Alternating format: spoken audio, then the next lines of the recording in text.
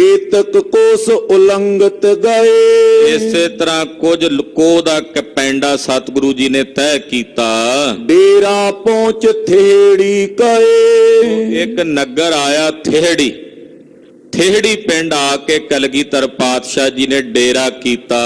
हया बंदावन सगरे कीने। इत्थे आके सारे घोड़े बनाए ने सतगुरां ने, सिपाहियां ने, फौजां ने, ਸਿੰਘਾਂ ने आपो अपने घोड़ियां नूं पछाड़ियां पा के बन्निया है। तृण ईंधन इकट्ठे कर लीने। घोड़ियां वास्ते दाने पट्ठे नूं इकत्तर कीता, लंगरां वास्ते लकड़ां इकट्ठियां कीतियां। एक नाथ बड़ अजमतवंता। इसे थेड़ी पिंड दे विच एक नाथ रहिंदा सी। उस नाथ दा नां सी हुकमनाथ ते बड़ा करामाती नाथ सी। इस थेड़ी पिंड दे विच ही रहिंदा है। कर आश्रम को तहां बसंता।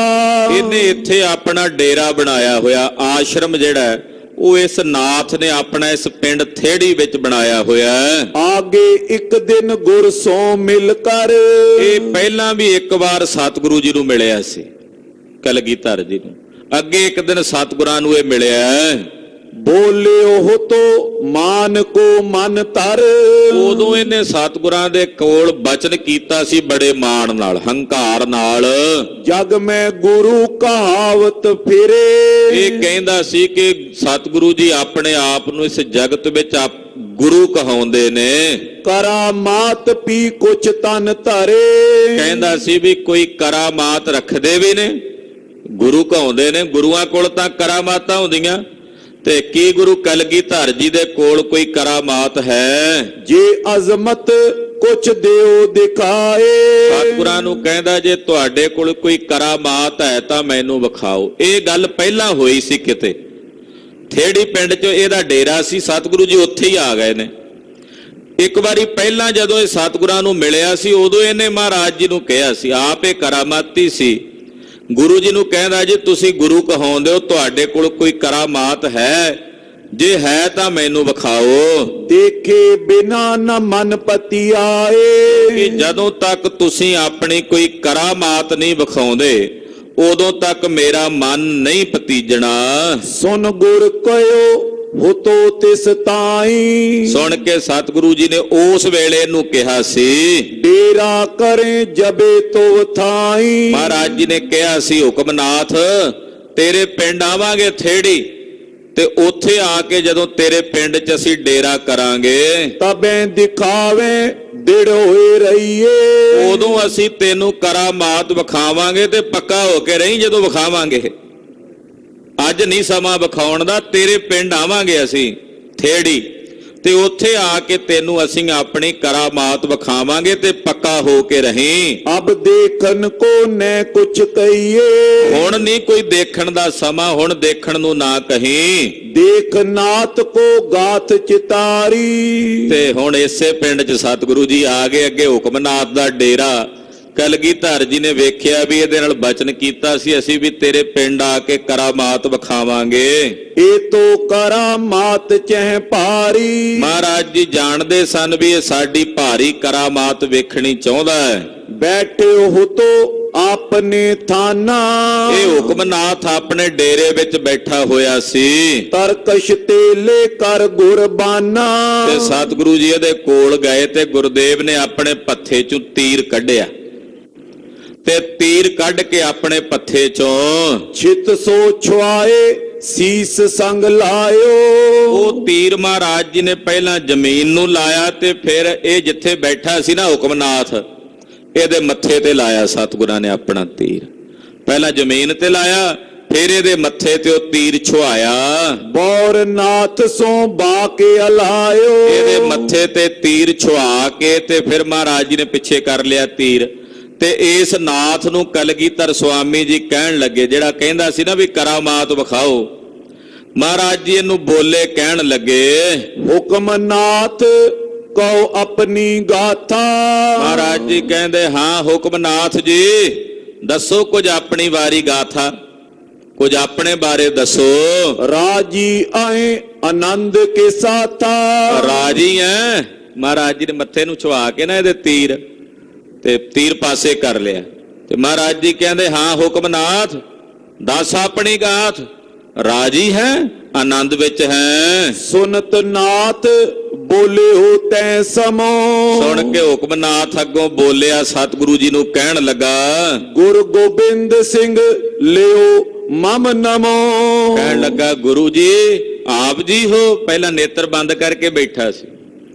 ਆਪ ਜੀ ਹੋ ਮਹਾਰਾਜ ਮੇਰੀ ਨਮਸਕਾਰ ਪ੍ਰਵਾਨ ਕਰੋ। ਏਦਾਂ ਬੋਲਿਆ।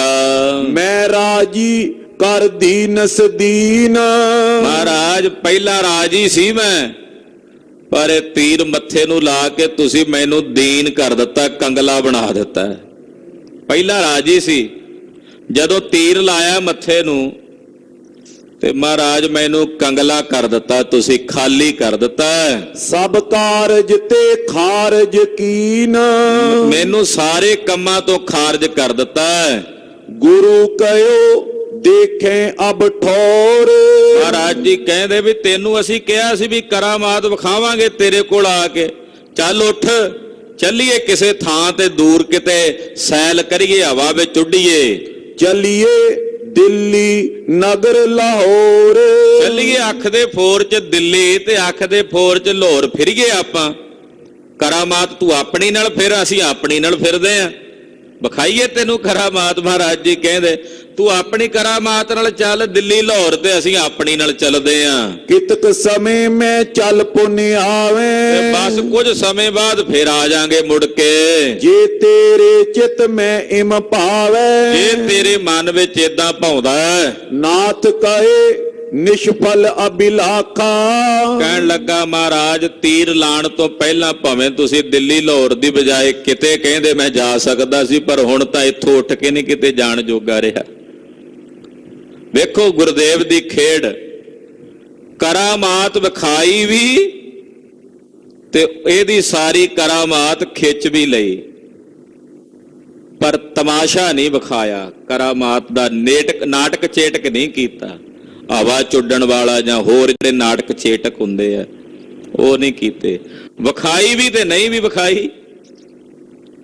ਉਹ ਕੱਲਾ ਇਹਨੂੰ ਨਾਥ ਨੂੰ ਪਤਾ ਵੀ ਕਰਾਮਾਤ ਵਿਖਾਈ ਹੈ, ਹੋਰ ਨਹੀਂ ਪਤਾ ਆਲੇ ਦੁਆਲੇ ਕਿਸੇ ਨੂੰ।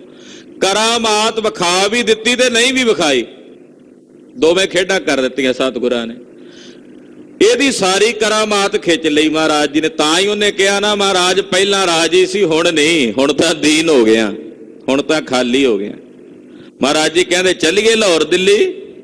ਕਹਿੰਦਾ ਮਹਾਰਾਜ ਹੁਣ ਨਹੀਂ ਮੈਂ ਕਿੱਥੇ ਜਾ ਸਕਦਾ।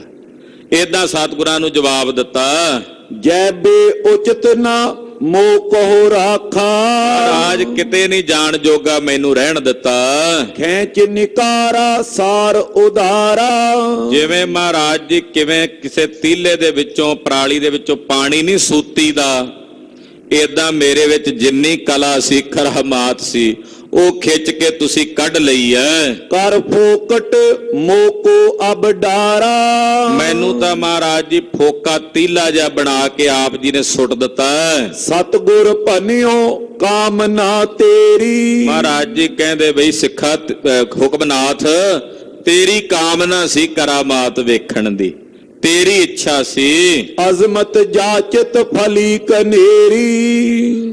ਔਰ ਤੂੰ ਚਾਹੁੰਦਾ ਸੀ ਵੀ ਕਰਾਮਾਤ ਵੇਖਣੀਆਂ ਤੇ ਗੁਰੂ ਨਾਨਕ ਦਾ ਘਰ ਹੈ, ਇੱਥੇ ਜਿਹੋ ਜੀ ਕੋਈ ਕਾਮਨਾ ਕਰਦਾ ਉਹਦੀ ਕਾਮਨਾ ਪੂਰੀ ਹੁੰਦੀ ਹੈ। ਤੂੰ ਮਨ 'ਚ ਕਾਮਨਾ ਕੀਤੀ ਸੀ ਕਰਾਮਾਤ ਵੇਖਣ ਦੀ ਤੇ ਵੇਖ ਲਈ ਆ ਕਰਾਮਾਤ। ਤੂੰ ਗੁਰੂ ਨਾਨਕ ਦੀ ਕਰਾਮਾਤ ਵੇਖ ਲਈ, ਪਰ ਤੇਰੀ ਨਹੀਂ ਰਹੀ ਹੁਣ ਕਰਾਮਾਤ, ਤੇਰੀ ਆਪਣੀ ਕਰਾਮਾਤ ਜਾਂਦੀ ਰਹੀ ਹੈ। ਆਪਣੋ ਦੋਸ਼ ਜਾਨ ਟਿਕ ਰਹੋ। ਹੁਣ ਇਹ ਤੇਰਾ ਹੀ ਦੋਸ਼ ਹੈ, ਅਸੀਂ ਤਾਂ ਨਹੀਂ ਸੀ ਵਿਖਾਉਂਦੇ, ਪਰ ਤੂੰ ਹੀ ਕਹਿੰਦਾ ਸੀ ਜੀ ਵਿਖਾਓ ਕਰਾਮਾਤ ਤੇ ਵਿਖਾ ਦਿੱਤੀ ਹੈ। ਹੁਣ ਇਹ ਤੇਰਾ ਦੋਸ਼ ਹੈ ਤੇ ਹੁਣ ਟਿਕਿਆ ਰਹਿ ਆਰਾਮ ਨਾਲ ਇੱਥੇ। ਮਹਾਰਾਜ ਜੀ ਕਹਿੰਦੇ ਹੁਕਮਨਾਥ ਹੁਣ ਟਿਕ ਕੇ ਬੈਠਾ ਰਹੋ। ਜਿਮ ਬਾਛਤ ਚਿਤ ਫਲ ਤਿਮ ਲਓ। ਜਿਵੇਂ ਜੀ ਤੂੰ ਬਾਂਛਾ ਕੀਤੀ ਸੀ ਆਪਣੇ ਮਨ ਵਿੱਚ ਉਹ ਫਲ ਤੁਹਾਨੂੰ ਪ੍ਰਾਪਤ ਹੋ ਗਿਆ। ਤੂਸ਼ਨ ਰਿਓ ਜਾਨ ਬਚ ਸਾਚੇ। ਸਤਿਗੁਰੂ ਜੀ ਦੇ ਬਚਨ ਸੁਣ ਕੇ ਹੁਕਮਨਾਥ ਜੀ ਚੁੱਪ ਕਰਕੇ ਬੈਠੇ ਰਹੇ। ਜਾਣਦੇ ਸਨ ਵੀ ਮੇਰੀ ਆਪਣੀ ਖਾਮੀ ਹੈ, ਮੈਂ ਹੀ ਵੇਖਣੀ ਚਾਹੁੰਦਾ ਸੀ, ਗੁਰੂ ਜੀ ਨੇ ਵਿਖਾ ਦਿੱਤੀ ਆਪਣੀ ਕਰਾਮਾਤ, ਪਰ ਮੇਰੀ ਨਹੀਂ ਛੱਡੀ। ਆਪਣੀ ਵਿਖਾ ਕੇ ਕਰਾਮਾਤ, ਮੇਰੀ ਕਰਾਮਾਤ ਖਿੱਚ ਲਈ ਹੈ। ਚੁੱਪਚਾਪ ਹੁਕਮਨਾਥ ਜੀ ਬੈਠੇ ਰਹੇ, ਕੋਈ ਜਵਾਬ ਨਹੀਂ ਦਿੱਤਾ। मान राच अजमत को जाचे, ਔਰ ਫਿਰ ਆਪਣੇ ਮਨ ਦੇ ਵਿੱਚ ਇਹਨੇ ਮਾਣ ਕਰਕੇ ਸਤਿਗੁਰਾਂ ਦੇ ਕੋਲੋਂ ਕਰਾਮਾਤ ਮੰਗੀ ਸੀ ਕਿ ਗੁਰੂ ਸਾਹਿਬ ਕਰਾਮਾਤ ਵਿਖਾਓ ਜੇ ਤੁਹਾਡੇ 'ਚ ਹੈ। एक मठ सुंदर है तिस ठौर, ਉਹ ਸਤਿਗੁਰੂ ਜੀ ਨੇ ਕਰਾਮਾਤ ਵਿਖਾ ਦਿੱਤੀ। ਜਿੱਥੇ ਹੁਕਮਨਾਥ ਜੀ ਰਹਿੰਦੇ ਸੀ ਉੱਥੇ ਹੀ ਇੱਕ ਮੜੀ ਬਣੀ ਹੋਈ ਹੈ ਨੇੜੇ, ਇੱਕ ਮੱਠ ਜਿਹਾ ਜਿਵੇਂ ਕਹਿੰਦੇ ਨਾ ਮੜੀ ਜੀ, ਉਹ ਬਣੀ ਹੋਈ ਹੈ। विच कासब पट्टी की गोर, ਇੱਕ ਮੱਠ ਜਿਹਾ ਬਣਿਆ ਹੋਇਆ ਜਿਵੇਂ ਮੱਟੀ ਕਹਿ ਦਿੰਦੇ ਨਾ ਆਪਾਂ, ਉਹ ਬਣੀ ਹੋਈ ਹੈ। ਉਹਦੇ ਵਿੱਚ ਇੱਕ ਕਬਰ ਬਣੀ ਹੋਈ ਹੈ ਕਾਸਬ ਪੱਟੀ ਦੀ। ਕਾਸਬ ਪੱਟੀ ਸੂਰਮਾ ਹੋਇਆ ਉਸ ਇਲਾਕੇ ਦਾ, ਉਹਦੀ ਕਾਸਬ ਪੱਟੀ ਦੀ ਇੱਕ ਉੱਥੇ ਵਿੱਚ ਕਬਰ ਜੀ ਬਣੀ ਹੋਈ ਹੈ। तिसको पिक कर गुरु सराई, ਮਹਾਰਾਜ ਜੀ ਨੂੰ ਕਾਸਬ ਭੱਟੀ ਦੀ ਜਿਹੜੀ ਮੜੀ ਸੀ ਨਾ ਗੌਰ, ਉਹ ਵੇਖ ਕੇ ਸਤਿਗੁਰੂ ਜੀ ਨੇ ਬੜੀ ਸ਼ਲਾਘਾ ਕੀਤੀ ਵੀ ਬੜੀ ਸੋਹਣੀ ਬਣੀ ਹੋਈ ਹੈ। ਉਹ ਬਣੀ ਸੋਹਣੀ ਹੋਵੇਗੀ ਉਸ ਵੇਲੇ। ਮਹਾਰਾਜ ਜੀ ਨੇ ਉਪਮਾ ਜੀ ਕੀਤੀ, ਕਹਿੰਦੇ ਬੜੀ ਸੋਹਣੀ ਜਿਹੜੀ ਹੈ ਕਬਰ ਬਣੀ ਹੋਈ ਹੈ। भली थाए सुंदर इस्माई, ਮਹਾਰਾਜ ਜੀ ਕਹਿੰਦੇ ਵਾਵਾ ਸੋਹਣੀ ਮੀਨਾਕਾਰੀ ਜੀ ਕੀਤੀ ਕਾਸਬ ਭੱਟੀ ਦੀ ਗੌਰ ਤੇ ਬੜੀ ਸੋਹਣੀ ਇਹਦੀ ਬਣਤਰ ਬਣਾਈ ਹੋਈ ਹੈ। मान सिंह आदिक बच सुने, ਜਦੋਂ ਕਲਗੀਧਰ ਜੀ ਨੇ ਬਚਨ ਕਹੇ ਤੇ ਲਾਗਿਓ ਭਾਈ ਮਾਨ ਸਿੰਘ ਜੀ, ਨਿਹੰਗ ਸਿੰਘ ਜੀ ਖੜੇ ਕੋਲ, ਉਹਨਾਂ ਨੇ ਸੁਣਿਆ ਤੇ ਸਤਿਗੁਰੂ ਜੀ ਦੇ ਕੋਲ ਬੋਲੇ। प्रभ के संग विवेकी बने, ਮਹਾਰਾਜ ਜੀ ਦੇ ਨਾਲ ਇਹ ਵਿਵੇਕੀ ਸਿੰਘ ਸਨ ਭਾਈ ਮਾਨ ਸਿੰਘ ਜੀ। थान तुर्क को आप सराहा, ਇਹ ਕਹਿਣ ਲੱਗੇ ਸਤਿਗੁਰੂ ਜੀ ਇੱਕ ਤੁਰਕੜੇ ਦੀ ਥਾਂ ਨੂੰ, ਮੜੀ ਨੂੰ, ਕਬਰ ਨੂੰ ਤੁਸੀਂ ਸਲਾਹ ਰਹੇ ਹੋ। या ते उचित देहो तनखाह, ਮਹਾਰਾਜ ਜੀ ਇਸ ਕਰਕੇ ਤੁਹਾਨੂੰ ਤਨਖਾਹ ਦੀ ਉਚਿਤ ਹੋ, ਤੁਸੀਂ ਵੀ ਇੱਕ ਕਬਰ ਦੀ ਸ਼ਲਾਘਾ ਕਰ ਰਹੇ ਹੋ, ਕਬਰ ਦੀ ਵਡਿਆਈ ਕਰ ਰਹੇ ਹੋ ਵੀ ਬੜੀ ਸੋਹਣੀ ਬਣੀ ਹੋਈ ਹੈ। ਮਹਾਰਾਜ ਇਹਦੇ ਵਿੱਚ ਤਾਂ ਫਿਰ ਤੁਹਾਨੂੰ ਤਨਖਾਹ ਲੱਗਦੀ ਹੈ। गौर मड़ी मट भूल न माने, ਕਿਉਂਕਿ ਸਤਿਗੁਰੂ ਜੀ ਤੁਸੀਂ ਕਹੇ ਨੇ ਬਚਨ, ਜਾਗਤ ਜੋਤ ਜਪਨ ਸਬਸਰ ਏਕ ਬਿਨਾ ਮਨ ਨੈਕ ਨਾਇਨ, ਪੂਰਨ ਪ੍ਰੇਮ ਪ੍ਰਤੀਤ ਸਜਾ ਬ੍ਰਤ ਗੌਰ ਮੜੀ ਮਠ ਭੂਲ ਨ ਮਨ। ਤੁਸੀਂ ਤਾਂ ਕਿਹਾ ਵੀ ਭੁੱਲ ਕੇ ਵੀ ਨਹੀਂ ਮੰਨਣਾ ਗੋਰਾ ਮੜੀਆਂ ਮਠਾਂ ਨੂੰ, ਤੇ ਮਹਾਰਾਜ ਆ ਜਿਹੜੀ ਗੌਰ ਹੈ ਕਬਰ ਬਣੀ ਹੋਈ, ਇਹਨੂੰ ਤੁਸੀਂ ਸਲਾਹ ਰਹੇ ਹੋ। ਫਿਰ ਤਾਂ ਸਤਿਗੁਰੂ ਜੀ ਤਨਖਾਹ ਲੱਗਣੀ ਚਾਹੀਏ। ਹਾਲਾਂਕਿ ਸਤਿਗੁਰੂ ਦੀ ਆਪਣੀ ਲੀਲਾ ਸੀ ਇਹ। ਮਹਾਰਾਜ ਜੀ ਵੇਖਦੇ ਸਨ ਵੀ ਮੇਰੇ ਬੱਚੇ, ਮੇਰੇ ਸਿੰਘ ਤਿਆਰ ਬਰ ਤਿਆਰ ਨੇ, ਰਹਿਣੀ ਬਹਿਣੀ ਜਿਹੜੀ ਮੈਂ ਇਹਨਾਂ ਨੂੰ ਸਿਖਾਈ ਉਹਦੇ ਚ ਪੱਕੇ ਨੇ। ਐਸਾ ਨਹੀਂ ਸੀ ਕਿ ਭਾਈ ਮਾਨ ਸਿੰਘ ਹੋਣੀ ਸਤਿਗੁਰਾਂ ਤੋਂ ਵੱਡੇ ਨੇ ਤੇ ਗੁਰੂ ਸਾਹਿਬ ਨੂੰ ਤਨਖਾਹ ਲਾ ਸਕਦੇ ਨੇ। ਉਹ ਐਸੀ ਉੱਚ ਅਵਸਥਾ 'ਚ ਟਿਕੇ ਹੋਏ ਗੁਰਸਿੱਖ ਨੇ, ਭਾਈ ਮਾਨ ਸਿੰਘ ਜੀ ਵਰਗੇ, ਭਾਈ ਦਇਆ ਸਿੰਘ ਜੀ, ਧਰਮ ਸਿੰਘ ਜੀ ਵਰਗੇ ਗੁਰਮੁਖ, ਜਿਨ੍ਹਾਂ ਨੂੰ ਸਤਿਗੁਰਾਂ ਨੇ ਆਪਣੇ ਵਰਗਾ ਹੀ ਕਰ ਲਿਆ ਹੋਇਆ, ਆਪਣੇ ਵਰਗਾ ਹੀ ਕਰ ਲਿਆ ਹੋਇਆ। ਤੇ ਗੁਰਦੇਵ ਇੱਥੇ ਟਣਕਾਉਂਦੇ ਰਹਿੰਦੇ ਆ ਸਿੰਘਾਂ ਵਾਸਤੇ ਪੂਰਨੇ ਪਾਉਣ ਲਈ ਕਿ ਭਾਈ ਵੇਖਦੇ ਨੇ ਪਰਖ ਕੇ ਵੀ ਤਿਆਰ ਬਰ ਤਿਆਰ ਨੇ, ਕਿਤੇ ਕੋਈ ਢਿੱਲ ਮੱਠ ਤਾਂ ਨਹੀਂ ਹੈ। ਤੋ ਭਾਈ ਮਾਨ ਸਿੰਘ ਜੀ ਕਹਿੰਦੇ ਮਹਾਰਾਜ ਤੁਸੀਂ ਕਿਹਾ ਸੀ ਗੌਰ ਮੜੀ ਮਠ ਭੂਲ ਨਾ ਮੰਨੈ, इस बिदरावर रहत बखाने, ਇਸ ਤਰ੍ਹਾਂ ਦੀ ਰਹਿਤ ਆਪ ਜੀ ਨੇ ਸਾਨੂੰ ਦੱਸੀ ਹੈ, ਪਰ ਇੱਥੇ ਆਪ ਦੀ ਇਸ ਕਬਰ ਦੀ ਵਡਿਆਈ ਕਰ ਰਹੇ ਹੋ। सुनत बबेक खालसे केरा, ਇਹ ਕਾਸਬ ਕਪੱਟੀ ਦੀ ਮਹਾਰਾਜ ਜੀ ਕਬਰ ਹੈ, ਇਹਦੀ ਆਪ ਜੀ ਨੇ ਵਡਿਆਈ ਕੀਤੀ, ਇਹਦਾ ਆਪ ਜੀ ਨੂੰ ਵਿਵੇਕ ਲੱਗੇਗਾ। ਵਿਵੇਕ ਕਹਿੰਦੇ ਆ ਸਿੰਘ, ਜਾਂ ਤਨਖਾਹ ਕਹਿ ਦਿੰਦੇ ਆ ਜਾਂ ਵਿਵੇਕ ਕਹਿੰਦੇ ਆ। ਮਹਾਰਾਜ ਜੀ ਇਹ ਵਿਵੇਕ ਲੱਗੇਗਾ ਜਦੋਂ ਖਾਲਸੇ ਦਾ ਇਹ ਵਿਵੇਕ ਗੁਰੂ ਕਲਗੀਧਰ ਜੀ ਨੇ ਸੁਣਿਆ। बख्शावत पे गुर तिस बेरा, ਮਹਾਰਾਜ ਜੀ ਕਹਿੰਦੇ ਹਾਂ ਮਾਨ ਸਿੰਘ ਜੀ ਮੈਂ ਹਾਜ਼ਰ ਹਾਂ, ਲਾਓ ਵਿਵੇਕ। बिंसत पंच रजत पण लाए, 25 ਰੁਪਏ ਦੀ ਕੜਾਹ ਪ੍ਰਸ਼ਾਦ ਦੀ ਦੇਗ ਦਾ ਵਿਵੇਕ ਲਾਇਆ। 25 ਰੁਪਏ ਦੀ ਮਹਾਰਾਜ ਜੀ ਕੜਾਹ ਪ੍ਰਸ਼ਾਦ ਦੀ ਦੇਗ ਕਰਾਓ। ਤੋ ਮਹਾਰਾਜ ਜੀ ਨੇ ਝੱਟ ਖਜ਼ਾਨੇ ਵਿੱਚੋਂ 25 ਰੁਪਏ ਦਿੱਤੇ ਸਿੰਘਾਂ ਨੂੰ ਵੀ ਦੇਗ ਤਿਆਰ ਕਰੋ ਕੜਾਹ ਪ੍ਰਸ਼ਾਦ ਦੀ। ਇਹ ਸਤਿਗੁਰੂ ਮਰਿਆਦਾ ਚਲਾ ਰਹੇ ਨੇ ਕਿ ਭਾਈ ਗੁਰੂ ਘਰ ਦੇ ਵਿੱਚ ਭਾਵੇਂ ਕੋਈ ਉੱਚ ਪਦਵੀ ਤੇ ਵੀ ਹੋਵੇ, ਕਿਸੇ ਵੀ ਵੱਡੇ ਰੁਤਬੇ ਤੇ ਹੋਵੇ, ਜੇ ਉਹਦੇ ਕੋਲੋਂ ਕੋਈ ਕੁਰੈਤ ਹੁੰਦੀ ਹੈ ਤਾਂ ਉਹਨੂੰ ਵਿਵੇਕ ਲੱਗੇਗਾ। ਇਹ ਨਹੀਂ ਕਿ ਉਹਦੇ ਕੋਲ ਕੋਈ ਪਦਵੀ ਹੈ ਤੇ ਉਹਨੂੰ ਗਲਤੀ ਕਰਨ ਦਾ ਹੱਕ ਹੈ। ਗੁਰੂ ਪਾਤਸ਼ਾਹ ਤਾਂ ਆਪ ਸਮਰੱਥ ਦੇਵ ਨੇ, ਉਹਨਾਂ ਨੂੰ ਵਿਵੇਕ ਦੀ ਲੋੜ ਨਹੀਂ ਹੈ। ਇਹ ਤਾਂ ਸਤਿਗੁਰੂ ਜੀ ਇੱਕ ਪਰਪਾਟੀ ਜਿਹੜੀ ਹੈ ਪੰਥ ਦੇ ਵਿੱਚ ਮਰਿਆਦਾ ਜਿਹੜੀ ਹੈ ਉਹ ਚਲਾ ਰਹੇ ਨੇ ਕਿ ਜਿੱਡੇ ਵੱਡੇ ਮਰਜ਼ੀ ਰੁਤਬੇ ਤੇ ਕੋਈ ਹੋਵੇ, ਪਦਵੀ ਤੇ ਹੋਵੇ, ਜੇ ਉਹਦੇ ਕੋਲੋਂ ਕੋਈ ਕੁਰੈਤ ਹੁੰਦੀ ਹੈ ਤਾਂ ਉਹਨੂੰ ਵਿਵੇਕ ਲੱਗੇਗਾ, ਉਹਨੂੰ ਤਨਖਾਹ ਲੱਗੇਗੀ, ਫਿਰ ਉਹ ਬਖਸ਼ਿਆ ਜਾਵੇਗਾ। ਤੋ ਇਹ ਮਰਿਆਦਾ ਪੰਥ ਦੇ ਵਿੱਚ ਗੁਰੂ ਸਾਹਿਬ ਦੇ ਸਮੇਂ ਤੋਂ ਚੱਲਦੀ ਹੈ। ਵਿਵੇਕ ਲੱਗਣ ਦੀ, ਤਨਖਾਹ ਲੱਗਣ ਦੀ ਨਾ ਜਿਹੜੀ ਮਰਿਆਦਾ, ਕੜਾਹ ਪ੍ਰਸ਼ਾਦ ਦੀ, ਦੇਗ ਦੀ, ਜਾਂ ਫਿਰ ਹੋਰ ਤਨਖਾਹਾਂ ਜਿਵੇਂ ਜੋੜੇ ਝਾੜਨ ਦੀ। ਅੱਜ ਵੀ ਪੰਜ ਸਿੰਘਾਂ ਦੇ ਕੋਲ ਜਦੋਂ ਕੋਈ ਦੁਬਾਰਾ ਅੰਮ੍ਰਿਤ ਛਕਣ ਆ ਜਾਂਦਾ, ਕਿਸੇ ਕੋਲ ਕੋਈ ਕੁਰੈਤ ਹੁੰਦੀ ਹੈ, ਵੈਸੇ ਬੱਜਰ ਕੁਰੈਤ ਹੋਵੇ ਤਾਂ ਅੰਮ੍ਰਿਤ ਛਕਣਾ ਚਾਹੀਦਾ ਦੁਬਾਰੇ, ਤੇ ਉਹ ਵੀ ਇਹ ਨਹੀਂ ਵੀ ਮੁੜ ਕੇ ਫਿਰ ਬੱਜਰ ਕਰੇ ਤੇ ਫਿਰ ਦੁਬਾਰਾ ਆ ਜੇ ਤੀਜੀ ਵਾਰ ਛਕਣ ਨੂੰ, ਐਸਾ ਨਹੀਂ ਹੈ। ਇੱਕ ਵਾਰੀ ਜੇ ਬੱਜਰ ਕੁਰੈਤ ਹੋ ਗਈ ਅੱਗੇ ਵਾਸਤੇ ਫਿਰ ਉਹ ਸੁਚੇਤ ਹੋ ਜਾਏ ਤੇ ਫਿਰ ਉਹਨੂੰ ਪੰਜ ਸਿੰਘ ਜਿਹੜੇ ਨੇ ਉਹ ਤਨਖਾਹ ਲਾਉਂਦੇ ਆ, ਵਿਵੇਕ ਲਾਉਂਦੇ ਆ ਵੀ ਤੂੰ ਇੰਨੇ ਦਿਨ ਆ ਬਾਣੀ ਪੜ੍ਹਨੀ ਹੈ ਤੇ ਜਾਂ ਫਿਰ ਆ ਸੇਵਾ ਕਰਨੀ ਹੈ, ਇੰਨੀ ਕੜਾਹ ਪ੍ਰਸ਼ਾਦ ਦੀ ਦੇਗ ਭੇਟਾ ਕਰਨੀ ਹੈ, ਅਰਦਾਸ ਕਰਨੀ ਹੈ, ਤਾਂ ਜੋ ਉਹਦਾ ਅੰਤਸ਼ਕਰਨ ਸ਼ੁੱਧ ਹੋ ਜਾਏ। ਜਿਹੜਾ ਪਾਪ ਹੋਇਆ ਉਹਨੂੰ ਇਹ ਪ੍ਰਾਸ਼ਚਿਤ ਕਰਮ ਕਹਿੰਦੇ ਆ। ਇਹ ਮਰਿਆਦਾ ਪੰਥ ਵਿੱਚ ਚੱਲਦੀ ਆਉਂਦੀ ਹੈ। ਹੁਣ ਵੀ ਤਖਤ ਸਾਹਿਬਾਨਾਂ ਤੋਂ ਜੇ ਕੋਈ ਕੁਰੈਤੀਆ ਹੁੰਦਾ ਤਾਂ ਉਹਨੂੰ ਤਨਖਾਹ ਲੱਗਦੀ ਹੈ। ਜਦੋਂ ਪੇਸ਼ ਹੋ ਜਾਂਦਾ ਤਖਤ ਸਾਹਿਬ ਅੱਗੇ ਆਪਣਾ ਆਪ ਸਮਰਪਣ ਕਰਕੇ ਤਾਂ ਉਹਨੂੰ ਤਨਖਾਹ ਲਾਈ ਜਾਂਦੀ ਹੈ। ਇਹ ਮਰਿਆਦਾ ਪੰਥ ਦੀ ਮਰਿਆਦਾ ਹੈ, ਗੁਰੂ ਖਾਲਸੇ ਦੀ ਮਰਿਆਦਾ ਹੈ। ਇਹ ਗੁਰੂ ਸਾਹਿਬ ਦੇ ਸਮੇਂ ਤੋਂ ਸਤਿਗੁਰੂ ਜੀ ਆਪ ਚਲਾ ਰਹੇ ਨੇ। ਭਾਈ ਮਾਨ ਸਿੰਘ ਹੋਣਾ ਨੇ 25 ਰੁਪਏ ਦਾ ਵਿਵੇਕ ਲਾਇਆ। ਸਤਿਗੁਰਾਂ ਨੇ 25 ਰੁਪਏ ਜਿਹੜੇ ਸਨ ਰਜਤ ਪਣ ਕਿਹਾ, ਚਾਂਦੀ ਦੇ ਜਿਹੜੇ ਰੁਪਏ ਹੁੰਦੇ ਆ ਉਹ 25 ਮਹਾਰਾਜ ਜੀ ਨੇ ਦੇਗ ਵਾਸਤੇ ਦਿੱਤੇ। ਦਾਨ ਸਿੰਘ ਕਰ ਜੋਰ ਅਲਾਏ, ਲਾਗੇ ਭਾਈ ਦਾਨ ਸਿੰਘ ਜੀ ਖੜੇ ਸਨ, ਉਹ ਕੋਲੋਂ ਬੋਲੇ, ਇਹ ਕਿਆ ਬਿਦਰਾਵਰ ਨੇ ਕਰੀ। ਕਹਿਣ ਲੱਗੇ ਮਹਾਰਾਜ ਇਹ ਆਪ ਜੀ ਨੇ ਕੀ ਖੇਡ ਕੀਤੀ ਹੈ। ਵਿਪਰੀਤੀ ਹਮਕੋ ਦੇਖ ਪਰੀ, ਮਹਾਰਾਜ ਉਲਟੀ ਸਾਨੂੰ ਨਜ਼ਰ ਆਈ ਹੈ। ਤਿਸ ਕੋ ਸ਼੍ਰੀ ਪ੍ਰਭ ਕੀਨ ਬਤਾਵਨ, ਫਿਰ ਸਤਿਗੁਰੂ ਜੀ ਨੇ ਹੁਕਮ ਕੀਤਾ। ਦਾਨ ਸਿੰਘ ਨੇ ਹੈਰਾਨੀ ਨਾਲ, ਮਹਾਰਾਜ ਗੁਰੂ ਸਾਹਿਬ ਜੀ ਤੁਸੀਂ ਵੀ ਤਨਖਾਹ ਦੇਹੋਗੇ? ਤਨਖਾਹ ਤੁਹਾਨੂੰ ਵੀ ਲੱਗੇਗੀ। ਤੋ ਮਹਾਰਾਜ ਜੀ ਬੋਲੇ, ਕਹਿਣ ਲੱਗੇ ਭਾਈ ਦਾਨ ਸਿੰਘ ਜੀ ਸੁਣੋ, ਕਰੇ ਖਾਲਸੇ ਕੋ ਸਿਖਰਾਵਨ। ਮਹਾਰਾਜ ਜੀ ਕਹਿੰਦੇ ਅਸੀਂ ਖਾਲਸੇ ਨੂੰ ਸਿਖਾ ਰਹੇ ਹਾਂ। ਦਸਵੇਂ ਪਾਤਸ਼ਾਹ ਕਹਿੰਦੇ ਅਸੀਂ ਖਾਲਸੇ ਨੂੰ ਸਿਖਾ ਰਹੇ ਹਾਂ ਵੀ ਇਦਾਂ ਵੀ ਹੋਵੇਗਾ। ਇਹ ਮਰਿਆਦਾ ਸਿਖਾ ਰਹੇ ਹਾਂ ਖਾਲਸੇ ਨੂੰ ਕਿ ਭਾਈ ਜੇ ਕਿਸੇ ਕੋਲੋਂ ਕੋਈ ਕੁਰੈਤ ਹੋ ਜਾਏ, ਉਹ ਵੱਡੇ ਤੋਂ ਵੱਡੇ ਰੁਤਬੇ ਤੇ ਹੋਵੇ, ਉਹਨੂੰ ਤਨਖਾਹ ਲਾਣੀ ਚਾਹੀਦੀ ਹੈ।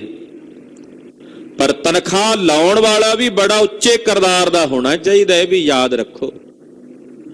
ਇਹ ਨਹੀਂ ਕਿ ਜਿਹੜਾ ਮਰਜ਼ੀ ਉੱਠ ਕੇ ਨਾਲ ਦੇ ਕਈ ਵਾਰੀ ਤੈਨੂੰ ਤਨਖਾਹ ਲਾਣੀ ਹੈ। ਬਈ ਤਨਖਾਹ ਲਾਉਣ ਵਾਲੇ ਦਾ ਆਪਣਾ ਕਿਰਦਾਰ ਜਿਹੜਾ ਉਹ ਇੰਨਾ ਉੱਚਾ ਸੁੱਚਾ ਹੋਣਾ ਚਾਹੀਦਾ। ਭਾਈ ਮਾਨ ਸਿੰਘ ਵਾਂਗੂ, ਭਾਈ ਦਇਆ ਸਿੰਘ ਧਰਮ ਸਿੰਘ ਵਾਂਗੂ। ਇਹ ਨਹੀਂ ਕਿ ਕੱਚਾ ਪਿੱਲਾ ਹੀ ਉੱਠ ਕੇ ਤਨਖਾਹ ਲਾਉਣ ਲੱਗ ਪਏ। ਤਨਖਾਹ ਲਾਉਣ ਵਾਲਾ ਆਪ ਬੜਾ ਮਹਾਨ ਪਰਮ ਵਿਵੇਕੀ ਪੁਰਸ਼ ਹੋਣਾ ਚਾਹੀਏ। ਮਹਾਰਾਜ ਜੀ ਕਹਿੰਦੇ ਦਾਨ ਸਿੰਘ ਅਸੀਂ ਆਪਣੇ ਪੰਥ ਨੂੰ ਸਿਖਾਉਣ ਵਾਸਤੇ ਇਹ ਸਿੱਖਿਆ ਦੇ ਰਹੇ ਹਾਂ। ਲੈਣ ਦੇਣ ਹੋਵੇ ਤਨਖਾਹ, ਕਿ ਤਨਖਾਹ ਦਾ ਲੈਣ ਦੇਣ ਜਿਹੜਾ ਹੈ, ਯਾਨੀ ਕਿ ਵਿਵੇਕ ਲੱਗਣ ਦਾ ਇਹ ਲੈਣ ਦੇਣ ਹੈ। ਪਰੇ ਖਾਲਸੇ ਮੈਂ ਇਹ ਰਾਹ, ਇਹ ਖਾਲਸੇ ਦੇ ਵਿੱਚ ਰਾਹ ਪਾਉਣਾ ਹੈ। ਤਬ ਸਤਿਗੁਰ ਤਰਕਸ਼ ਗਰ ਲਾਹਾ। ਤਾਂ ਉਸ ਵਕਤ ਕਲਗੀਧਰ ਪਾਤਸ਼ਾਹ ਜੀ ਮਹਾਰਾਜ ਜੀ ਕੁਝ ਸਮਾਂ ਇੱਥੇ ਥੇੜੀ ਪਿੰਡ 'ਚ ਰਹੇ ਨੇ। ਉਹ ਕਥਾ ਆਪ ਜੀ ਅਗਲਿਆਂ ਪ੍ਰਸੰਗਾਂ ਵਿੱਚ ਸਰਵਣ ਕਰੋਗੇ। ਗਰੀਬ ਨਵਾਜ ਸਾਹਿਬ ਸੱਚੇ ਪਾਤਸ਼ਾਹ ਆਪ ਮਰਿਆਦਾ ਚਲਾ ਰਹੇ ਨੇ ਪੰਥ ਦੀ, ਪੰਥ ਨੂੰ ਸਿੱਖਿਆ ਦੇ ਰਹੇ ਨੇ। ਦਇਆਨੰਦ ਸੁਆਮੀ ਸਾਹਿਬ ਸੱਚੇ ਪਾਤਸ਼ਾਹ ਦੇ ਚਰਨਾਂ ਵਿੱਚ ਬਾਰੰਬਾਰ ਨਮਸਕਾਰ ਹੈ, ਕੋਟੀ ਕੋਟੀ ਪ੍ਰਣਾਮ ਹੈ। ਗੁਰੂ ਪਾਤਸ਼ਾਹ ਦੀ ਪਾਵਨ ਅੰਮ੍ਰਿਤ ਕਥਾ ਕਥਨ ਕਰਦਿਆਂ ਹੋਈਆਂ ਭੁੱਲਾਂ ਚੁੱਕਾਂ ਦੀ ਖਿਮਾ। ਸਾਧ ਸੰਗਤ ਜੀ ਬੇਨਤੀ ਹੈ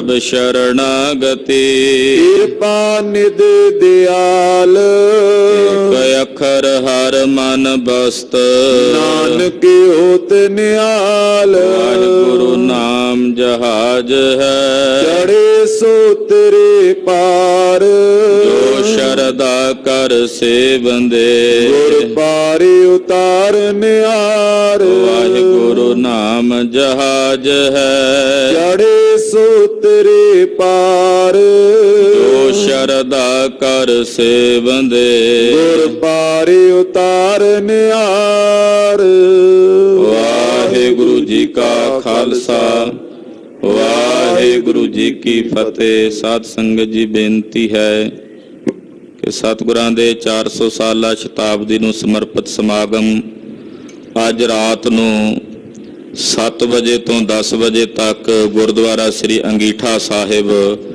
ਵੱਡੀ ਨਦੀ ਦੇ ਪਾਰ ਰਾਤ ਦੇ ਅੱਜ ਦੇ ਸਮਾਗਮ ਸੱਜ ਰਹੇ ਨੇ। ਬਾਬਾ ਅਜਮੇਰ ਸਿੰਘ ਜੀ ਅੰਗੀਠਾ ਸਾਹਿਬ ਵੱਲੋਂ ਬੇਨਤੀ ਹੈ ਕਿ ਸੰਗਤਾਂ ਅੱਜ ਰਾਤ ਦੇ ਸਮਾਗਮਾਂ ਵਿੱਚ ਜਿਹੜੇ ਹਾਜ਼ਰੀਆਂ ਭਰ ਸਕਦੇ ਨੇ ਹਾਜ਼ਰੀਆਂ ਭਰ ਕੇ ਗੁਰੂ ਦਾ ਸਰਵਣ ਕਰੋ ਜੀ। ਵਾਹਿਗੁਰੂ ਜੀ ਕਾ ਖਾਲਸਾ ਵਾਹਿਗੁਰੂ ਜੀ ਕੀ ਫਤਿਹ।